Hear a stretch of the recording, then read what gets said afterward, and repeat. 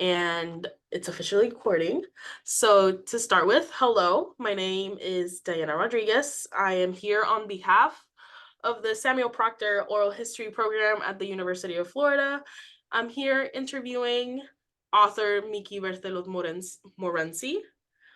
And today is April 18th, 2024, and this interview is taking place here over Zoom. So could you please introduce yourself and spell your name out for the record? Okay.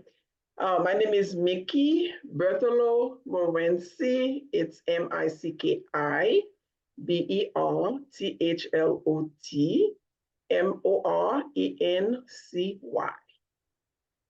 Okay, can you please tell us your birth date and place of birth?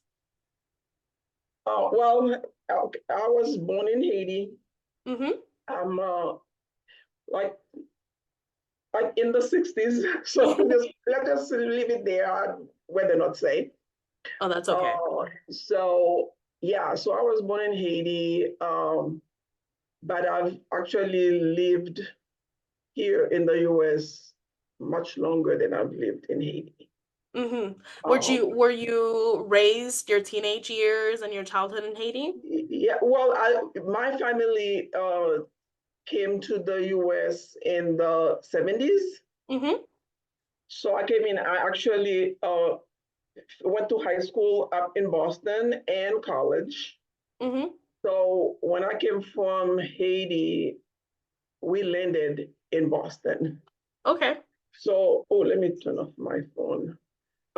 So I kind of like think of Boston as like my second home, Mm-hmm. because that's kind of like where Where you were raised? like finished growing up. Yes.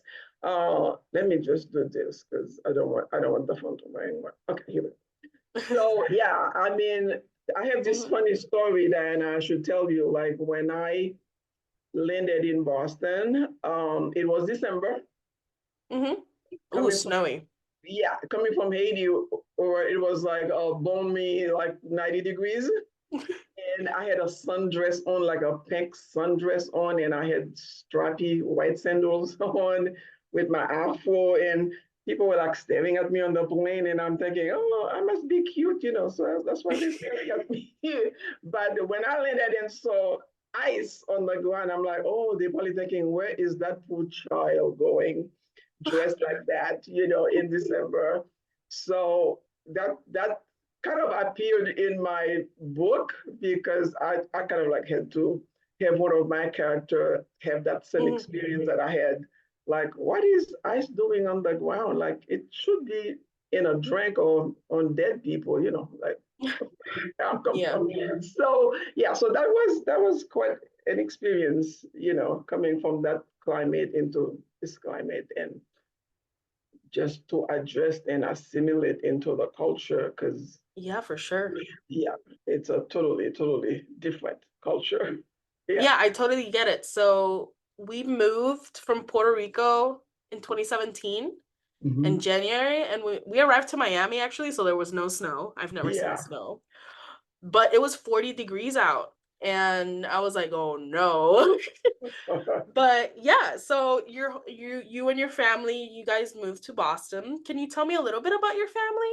Yes, I'm the middle child of 7.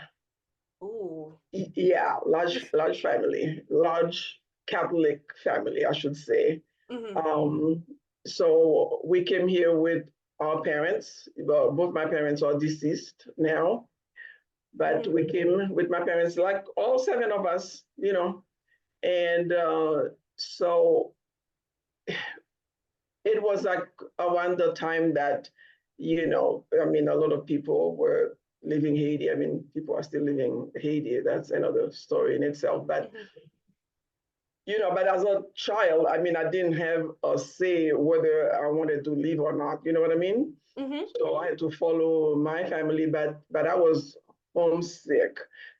I So bet. and as a middle child, I have to tell you, having three older siblings and three younger siblings, I kind of like grew up feeling like not seen or heard Mm-hmm. because I'm kind of like lost in. So I was Mm-hmm. like the child who had to like do something to be noticed. Mm. So my big thing was like storytelling Mm-hmm.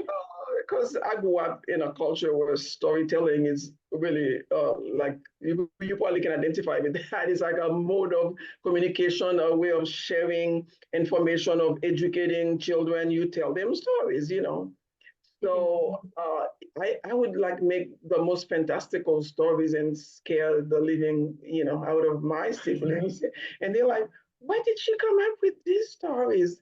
And so, yeah, I mean, as a middle child, it was kind of hard, you know. You don't really know like where you fit. Mm-hmm. So yeah, So like I listened to your interview in your group interview on Launchpad, and you had mentioned that you came from mhm. a family of storytellers. Were you the only storyteller in your family, or with your mom or your dad, My grandmother, your grandmother? yes, I actually learned storytelling, I would say, from my grandmother.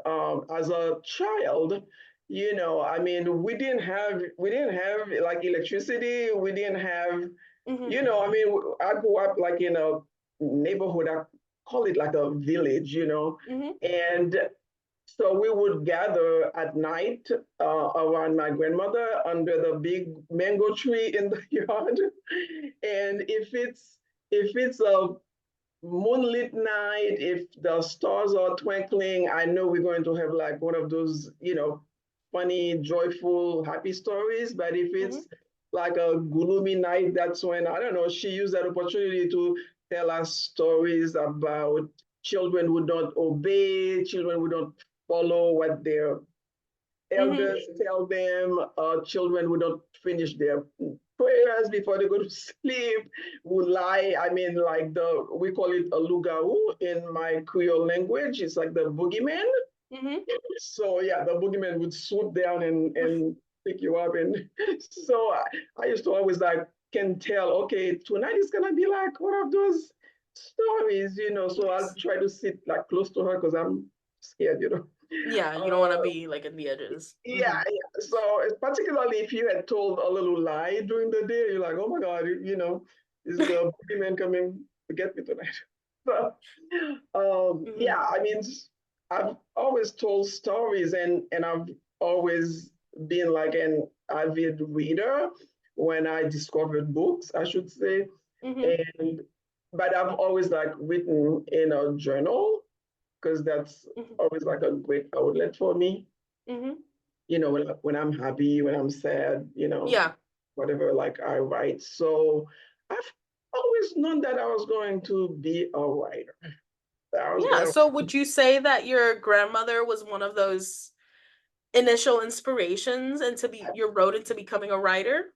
absolutely. I mean, well, with that, and well, I'll tell you some other inspiration that I had for the book. But yes, like you know, my grandmother didn't read or write. You know, it's amazing, Mm-hmm. like how wise she was, and all the stuff that she knew that she passed down to us.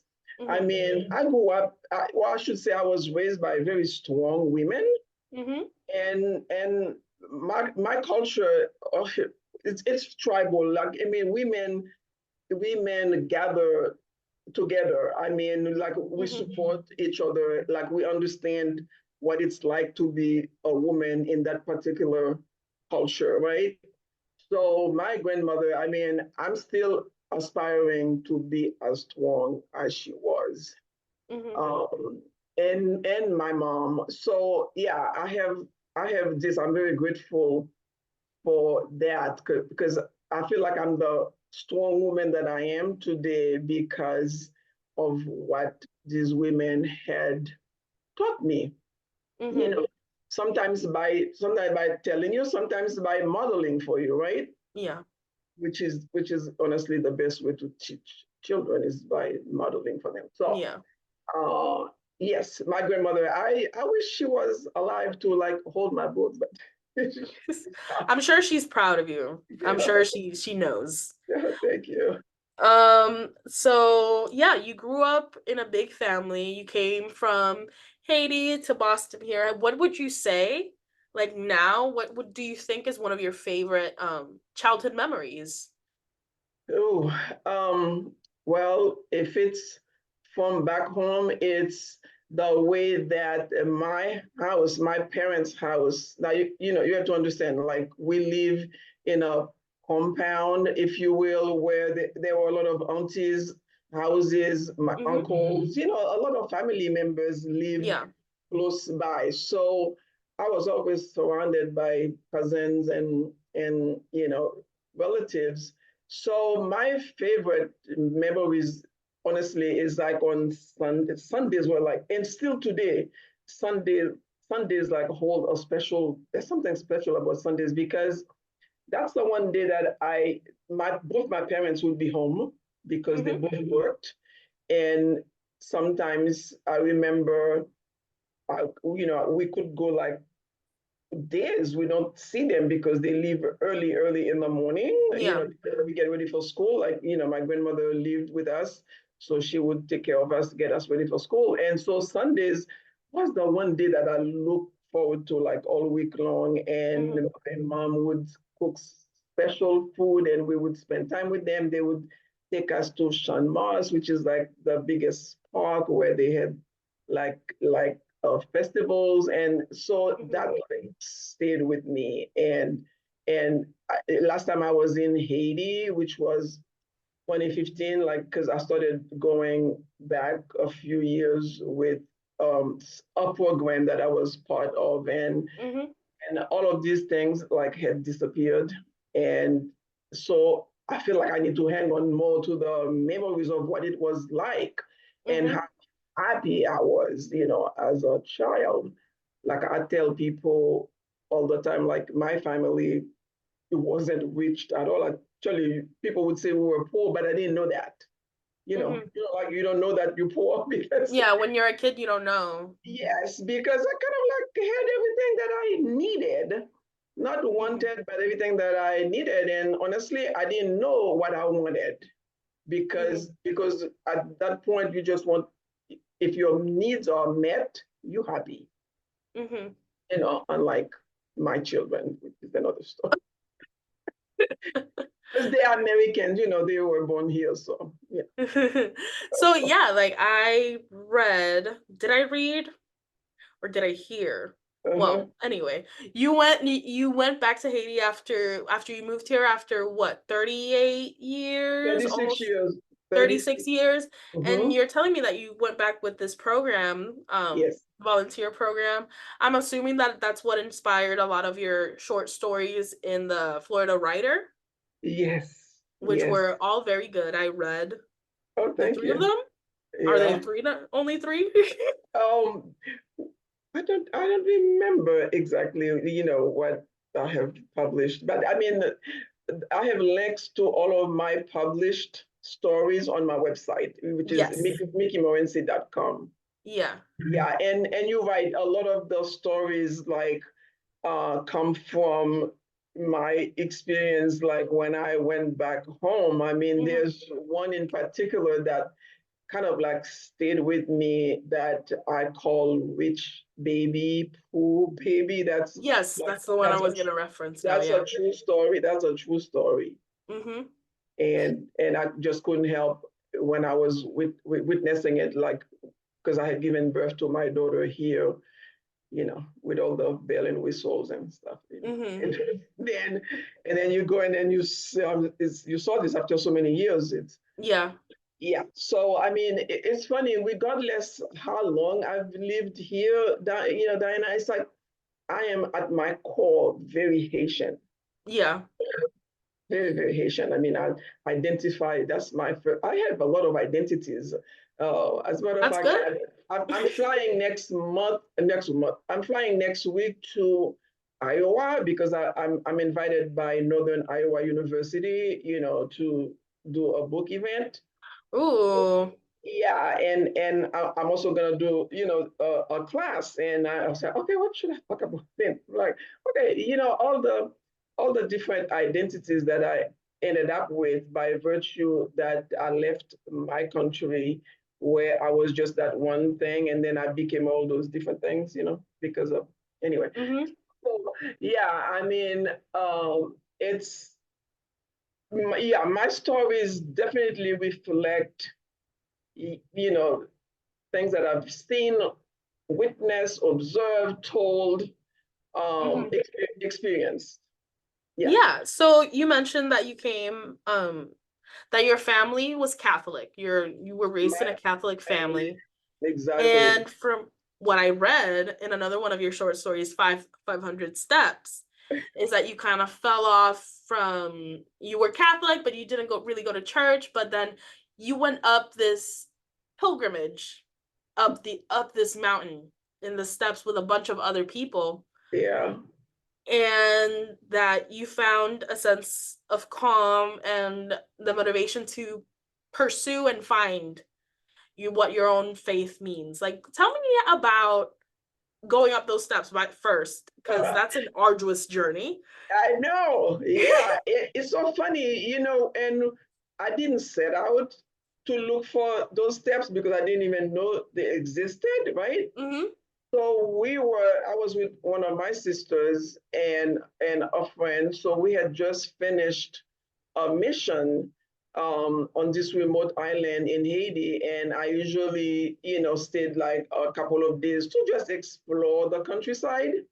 Mm-hmm. Because when I left Haiti, I was born in Port-au-Prince, Mm-hmm. and I never left Port-au-Prince. I never went anywhere else, Mm-hmm. until I came here. So I didn't really know the country. And I'm meeting all these Americans, people that are telling me, oh my God, have you ever been to Jacmel, to Lake Kai, to Cape Haitian? Oh my God, it's so beautiful. The beaches, I feel like I'm Haitian. I should know. Yeah. So I set out to do that. So we were driving around the coast, and then we stopped somewhere, and this guy said, "Oh, okay, so you guys are visiting. Oh, you should go to the 500 steps." I'm like, "What is that?" Anyway, so he proceeded to tell us how to get there, and I was just blown away, Mm-hmm. when I saw that. First of all, the location, it's like in the countryside. And I'm thinking to myself, my first thought was, oh my God, how did they do that? And it's literally 500 steps. And at the very top, it's like this sanctuary to the Virgin Mary. Mm-hmm. Um, so I climbed up. I had to tell you, I had a bathing suit on, and then I had a wraparound skirt because we were going to go to the beach. And so we started climbing up, and this guy said to me, "You're not going in front of the Virgin Mary dressed like Were dressed you like too that." far in upstairs? Yeah, I know. I'm like, oh God, okay. I mean, he was like determined, like, no, you're not going.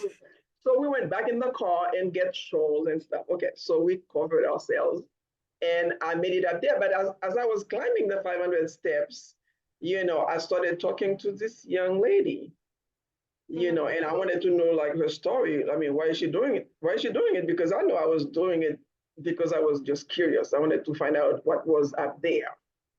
I Mm-hmm. wasn't motivated like by any faith or anything like that. But then she shared with me like her story, like, what she wanted to accomplish by doing that. And it kind of like brought memories of like my grandmother and my mother were very religious. I mean, they made us go to church every Sunday. That was like part of the something that I did, my whole childhood when I didn't, when I wasn't allowed to like make a decision whether I wanted to go or not. But anyway, but I respect people's belief. I Mm-hmm. mean, we all, believe different things. So Mm-hmm. when I made it up there, I mean, it was unreal. I mean, all the flowers and stuff, and I mean, people. It was like the middle of the day, and people were like praying, some of them climb up on their knees. And I'm trying to understand why. And they're like, oh, well, the harder it is, you make it, the faster your demands or your prayers, whatever, will be answered. And I'm like, okay. So yeah, I mean, I believe that was the very first story that I had published. Yeah. So when I came back, I wrote the story and I submitted it to this magazine, and then like, oh, well, that's an interesting story. But yeah, so since then, like, every time I go, I would just, like I said, you know, I had to relearn a lot after having been away for so long. And uh, but yeah, it's very interesting. But I mean, Haiti is, I would say, primarily Catholic, you know. Uh-huh.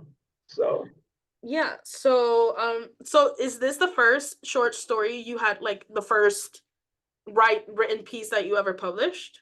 that I believe that was the very first Oh wow. publication. Yeah, I mean, I had written stuff, but that was the first.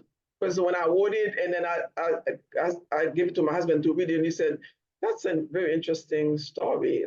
And he said, "Well, you should submit it somewhere," and I did, and then they published it. So I'm like, "Oh, okay. Well, I should do that more often," So, and I did. That Yeah. is so cool. So before becoming a writer, what did you do? What was your profession before then? Okay, so that's a great question. Before becoming a writer, I actually had a degree in finance, and I was in banking. I was like a bank auditor for several years. And my job primarily, as a bank auditor, you go to all the different branches and you make sure that they're running the branch Yeah. following federal and state regulation, right? I mean, people like hate you when you walk in the door, like, oh my God, here come the auditors. So, but I did that for a while, and then one day, Diana, it's like I had this aha moment, and I'm like, that's not really what I want to do, because how does help really impact somebody's life?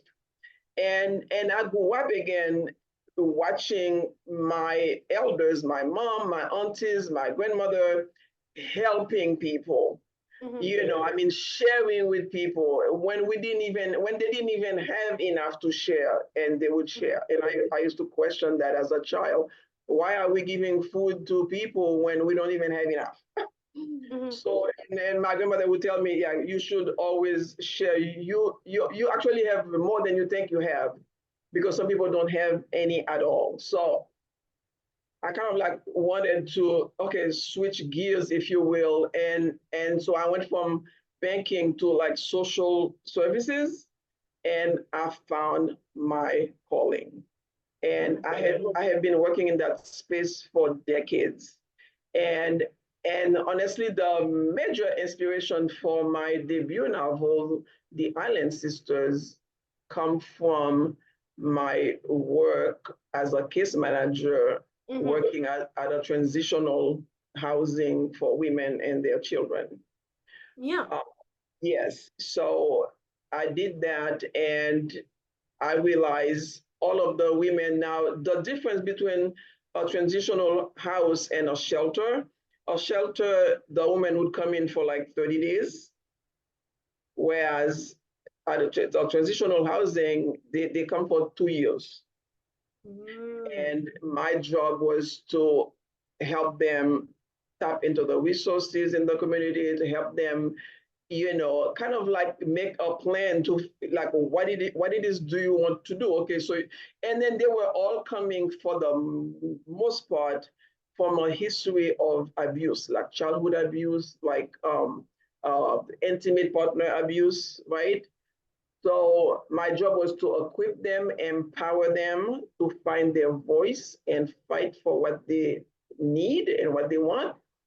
And I'm very proud today to say that in where I'm in St. Petersburg, Florida, and I mean, you would find women today that would tell you that how I had changed their lives by believing in them, that they could do something that they had been told over and over again that they couldn't do. Uh, and it's because Diana, people had told me that I couldn't do stuff as well. I mean, for example, people had said to me, well, you're like, oh, you're gonna write a book, like in your third language. I mean, English is really my third language. And I'm like, oh, well, I'm gonna show you. So so many things, coming here as an immigrant, I had to overcome a lot.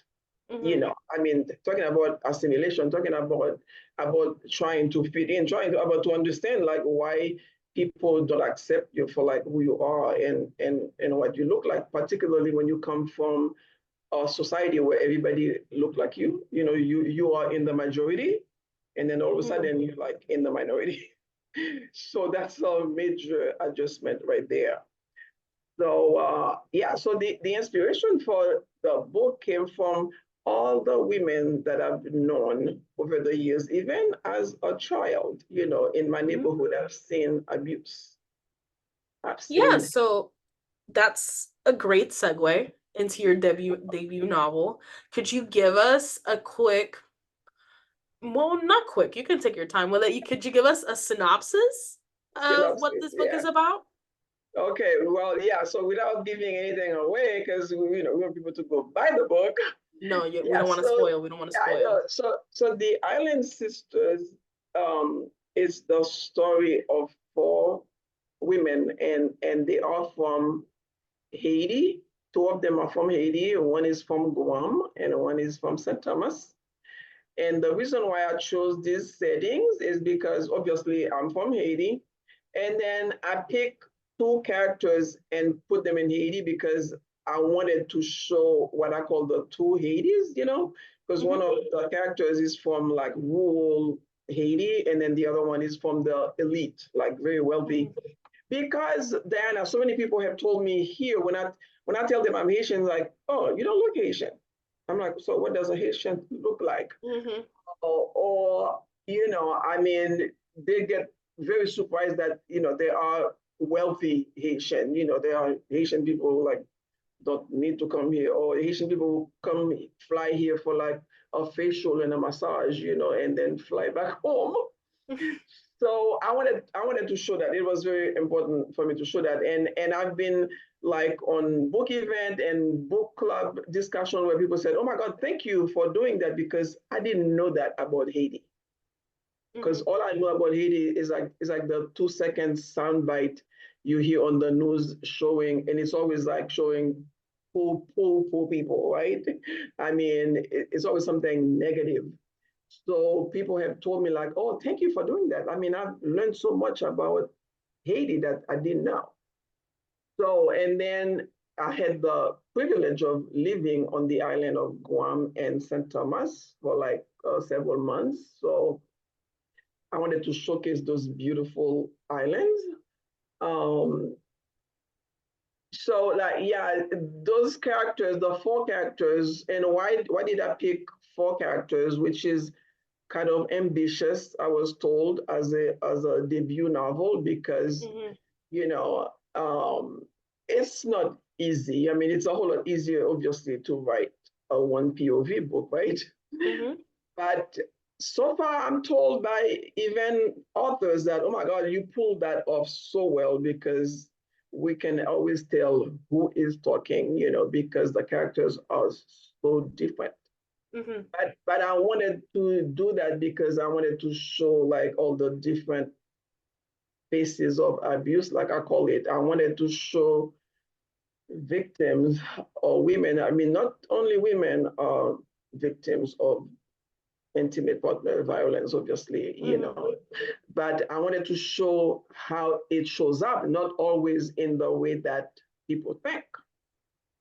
It's not always physical, it's financial, it's emotional, it's mental, it's people isolating you from like people that you want to be around. It takes so many faces, So Yeah. so those women met on a college campus, So because again, if you read the book and like my story, I don't have a history of abuse. I really don't. I had, like I said, I had a great childhood, Mm-hmm. and then I'm married to a wonderful man. Mm-hmm. So, but I've witnessed it, like in extended family, of course. Mm-hmm. I remember as a child, you would see your auntie, coming in with mark on their faces and whatnot, and then grown up would be whispering because they don't want kids to know, and something happened to her, right? Mm-hmm. And I've seen neighbors, I've seen women running out of their homes, with tattered clothes, and there's always a man running behind them. So I've witnessed it as a child, Mm-hmm. but I didn't see it in my house. So, but anyway, so it was very important for me to show like these women, okay, so they experience something insidious, but they started with they want to be financially independent, and that kind of like reflects my life, because you will find that in a lot of immigrant community, like they push their children to like go to school. Mm-hmm. Like education is kind of like your ticket out of poverty, right? Mm-hmm. So going to school, going to college was very important. Like in my family, for example, Yeah. uh, I've always known that I was gonna do that because otherwise, what are the options? Because my parents, were blue collar workers making like minimum wage, and I'm like, Mm-hmm. yeah, well, I should be able to do better than that, and they push us to do that. So I wanted my characters to be seeking that freedom. So that's where they met. They met on a college campus, and they kind of like had the same goal, because they came here to America for that purpose, Mm-hmm. to get a profession, because Yeah. they know that's the only way they're gonna get away from the patriarchal. Yeah. Yeah. So I Mhm. read your wonderful interview with Christina Consolino.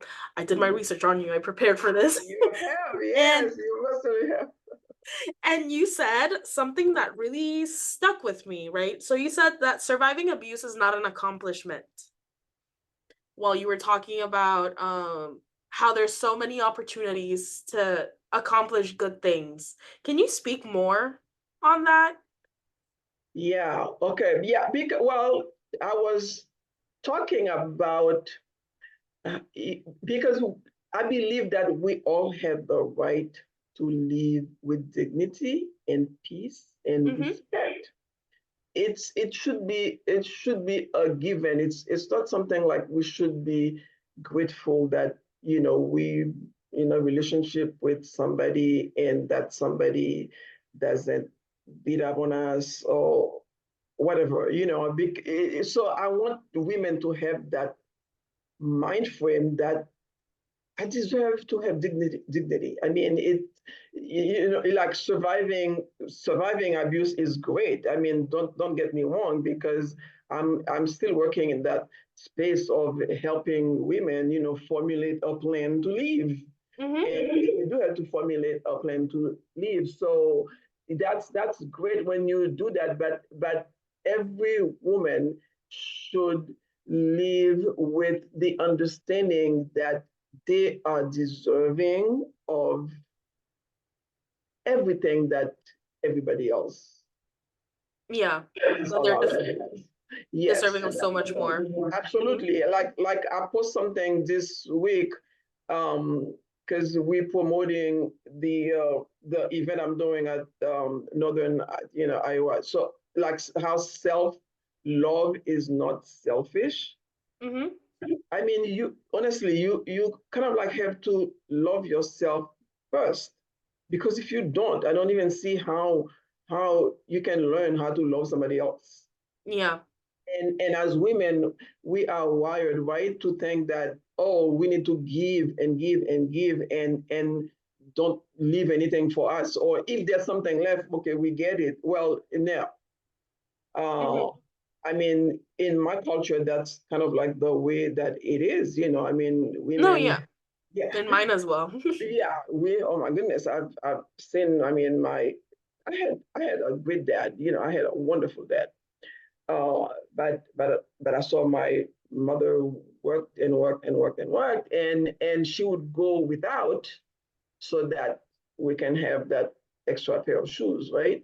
Mm-hmm. So it, you know, so I want women to understand that you need to start by loving yourself, appreciating yourself, and know your worth, you know your values, what you're worth, and then trust me, from that place, you're going to be a better partner, a better mother, a better friend, a better person.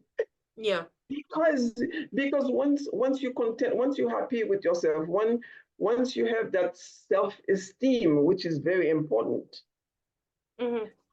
then you know who you are. You know what you need to get from every relationship that you have, because every relationship that you have is going to be different. You know, your relationship with your partner is different than your relationship with a friend and with your child, if you have kids, whatever, with your siblings. So yeah, you need to understand that, and the way to understand that is to understand yourself, to know who you are and what you want and what you deserve. And to me, Mm-hmm. what you deserve is everything. Why not? Yeah. Yeah. So, one of the stories that you wrote that really I keep saying that everything stuck with me, and it's true. Everything has stuck with me. Was Rite of Passage, about the Okay. story of Roland and Miriam, and how, this daring step into migrate kind of essentially saved Miriam's life. So they were fated to find each other in a Yeah. way. So can you speak about what inspired that short story? Yeah. I should tell you that short story. Okay, so I did an event at Illinois State University last September, and one of the English professors there, she has been teaching some of my stories, and Rite of Passage was one of them. And she said, "Micki, I've never caught those students' attention as much as I had with your stories." So she had said, actually, my book is on her syllabus now. So she It's so said, good. she said, they're like, oh my God, she needs to write this into a book, because we need to find out, like, yeah. So this is again based kind of like on a true story.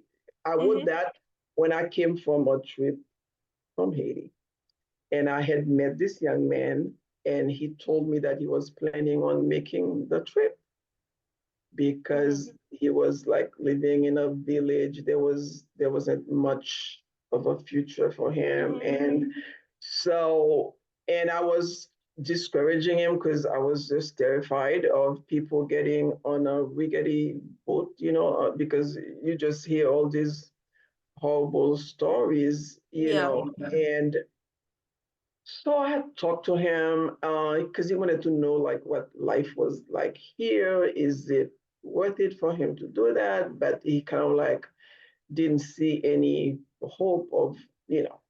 So I have to admit that he did make the trip and he did arrive in Miami. Well, Good. the whole Miriam thing did not really happen. That's not the way it happened. So that one was a well, it became kind of like a fictional. But I'm like, okay, so if he comes here, I would like to see him come here for more than just him trying to find a better life for himself and then helping his family in Haiti, which is fine. But let's give it another purpose. Hmm. So, I mean, I have to tell you the way that I write, Diana, it's like I don't usually know how the story is going to develop. I just usually have like an inkling of Hmm. a story.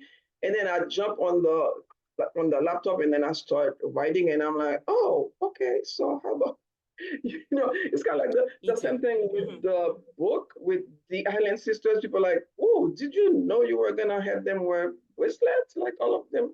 Because the bracelet is like very interesting. I'm like, no, I had zero idea. That wasn't in my outline at all.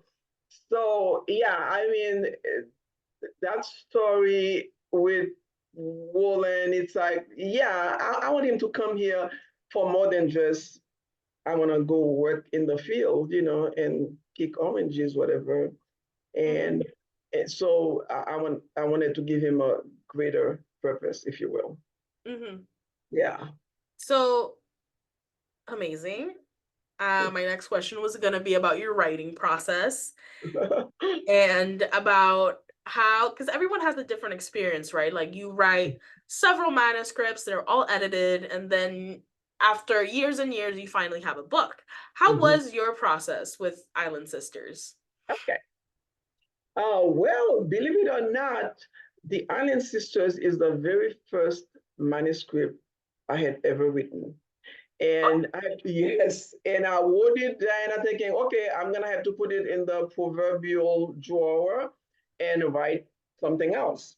Mm-hmm. But I wrote it, and my husband read it. I had my beta readers read it. Said, "Oh my God, Micki, this is an amazing story. You should submit it." And I'm like, okay. So, make a long story, I submitted it to eventually my publisher who acquired the manuscript from me and published the book. And I have to tell you that, um, the process is you send a query letter with the first 4 chapters, I believe it was. And then 3 months later, they came back and said, oh, we love what we've read so far. Can you send the full manuscript?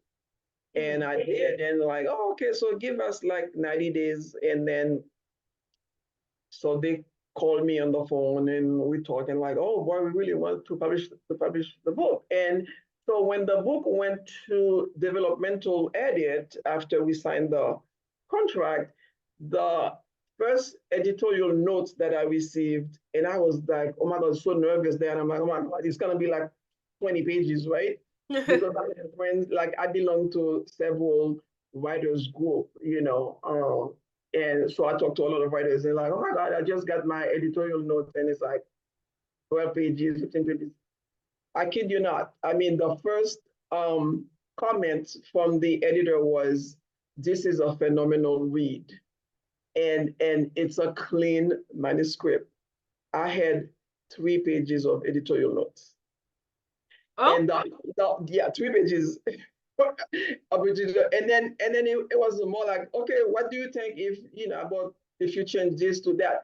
Because I said to the editor when I talk on the phone to them, I'm like, I don't want to change the ending. The ending is very important to me. I'll tell you part of my process, Diana, whether it's a short story or a book, because I've since written a second book that I've submitted to my publisher and I'm working on a third. Yeah. So my process is I always know how the story is going to end, Mm-hmm. whether it's a short story or I kind of like have to know what the ending is going to be, and then I fill in the rest. Whereas with some people, it's like, well, I had to know what the beginning is and then figure out how to end it. I feel like if I know how I want to end it, it makes it easier for me to fill in the rest, going to the beginning. So yeah, I mean, I was shocked. I'll be honest with you, I was shocked. They're like, okay. So and they're like, no, no, no, we love the ending. We don't want you to change a thing about the ending. So Mm-hmm. so that's how the book came about. But I wrote the book, Diana. Honestly, I said to myself, I first of all, I wrote it because a friend of mine had called me whose marriage I know was very, very, very bad, very toxic. And when she called me to tell me that she had breast cancer Mm-hmm. and she was dying, and she did die, and I'm like, oh my God, I need to. And then she was talking about her marriage, her experiences, and she was very emotional about it. And she said to me, she said, you ought to write, because people tell me I'm a great listener, so I listen. Maybe it's my training as a case manager, but anyway, yeah. So I mean, I wrote the book for all these women, so many women, studying, like I said, in Hollywood, and the women that I work with who tell me, I'm like, why didn't you ever tell somebody? And they would say, because no one cares, or no one will believe me, and no one will do anything to help me. What will that change? So, I mean, that's what I wrote the book, and I said to myself, you know what? If one person read that book and get something out of it, that would teach them to, like, wait a minute, this is not right. What I'm enduring, what I'm going through, that's not love. That's not what a relationship should be like. I said my work will be done. Well, guess what? I mean, the book came out like, well, in June of last year, and I have gotten so many emails. And when I go do live event, when I go to book clubs, and people are like, oh my God, like, you wrote my story. I couldn't tell my story, and you wrote my story. Thank you for doing that. And listen, I did a book club. I have to tell you that I did a book club. I won't say where it was, but it was out of state. And then a woman in the group, reached out to me like a week later. She said, I'm filing for divorce. She said, I have been in an abusive marriage for 28 years. And I never wanted to face it because I didn't want to address it, because I know if I admit that, if I face that, then I have to do something. Your book gave me the courage to do that. And I'm like, oh God, now I'm causing people to get to, but anyway, it's a good thing. She said, oh, no, it's a great thing. I feel like I have the strength, I have the power to do that, to claim my voice and to claim my freedom, because I've been so unhappy for so long. So yeah, it seems like the book is doing what I had set out to do, is to like open minds and eyes, and to particularly let women know, I don't like to use the word victim, but I mean, to let them know that it's not your fault. Never, never, never your fault. And you should carry that burden for the abuser, that you're responsible in some kind of ways, and you should not be ashamed to talk about it. We Yeah. need women to talk about it. I mean, the more, because it's a global issue. It's a global issue. It transcends everything. It's every social status. I mean, it happens to women from every different background. So it's nothing to be ashamed of. It's nothing you've done. You just need to, figure out what you want to do. Yeah. That's the magic of publishing stories, right? That you get to change someone's mind or change their life just a little bit, make an Just a little impression. bit, yeah. Um, and with that, what do you think are the pros and cons of being a writer? Okay, so, well, the pros definitely is having the freedom to write about topics that are special to you. I mean, things that you want to say. I mean, we do have a responsibility as well, you know. Um, So yeah, I mean, I think the post, I kind of like that I can use that platform to inform, to like help. So far, I think everything I've written, and it's not even like, oh, I know I'm going to write a women fiction book. No, I mean, that it just turned out to be that. That's just what I'm passionate about, because my second book, I didn't set out to, like, okay, it's gonna be a women fiction book. It's not historical fiction. It's not a mystery, whatever. It's not a romance. It's a women fiction, which is its own genre, as you know. So because I don't know, that's my jam. I mean, it's women. It's because I'm a woman, and you know, I grew up with women, and I'm surrounded by them. I'm a mother of daughters, by the way. Mm-hmm. So yeah, I mean, I like that I have that ability, you know, Mm-hmm. to write something that may impact somebody in a positive way. Yeah. Totally. Now, the con of that is, well, you kind of like have to have a thick skin if you're gonna Mm-hmm. put your work out there, Yeah. because not everybody is going to like your work. And it's Mm-hmm. okay, but I went into that prepared for that because I knew nobody can write a book that's going to appeal to every reader. Yeah. I mean, that would be so egotistical to think that, I don't know, you can, well, okay, maybe some authors have done that, but Mm-hmm. so yeah, you kind of like have to be prepared for the, you know, criticism and whatnot. But beside that, I don't see any other con to being a Mm-hmm. writer. I mean, I encourage young people to do that, because sometimes you don't think you can until you try. Until you do it, yeah. You know, So, I mean, like, yeah, like when I wrote the book, I mean, it didn't start as a book, Dan. I know it started as a journal entry, really, and mm-hmm. it morphed into an essay. I'm like, oh, okay, so I'll do an essay, and then the more I think about it, the more I think about like all the stories that I've Mm-hmm. heard, all the women that I've worked with, and I'm like, so I keep adding, and I'm like, okay, yeah, this definitely can be a book. And I was part of a critique group where, you know, we would meet once a week, and you get to read, you know, and a chapter or whatever, and then get critique, and people are like, well, this is a fascinating story. This is a story from a different perspective. I mean, it's many people have written about abuse, right? Mm-hmm. But this is a different perspective Yeah. uh, of that story, because no matter what, you know, the author is going to bring his or her own personal history, experience, whatever background Mm-hmm. into that story to make it unique to him or herself, whatever.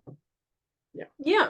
So earlier you mentioned that you were part of different writing groups, and that's something that I found in common from all the authors. I say all the authors, like there's plenty. I've only Yeah. interviewed like three more besides you. Yes. That you guys all have in common that you become part of these online groups where you Mhm. can socialize and share and talk with other authors. Do you consider being part of writing groups a very important part to your writing journey?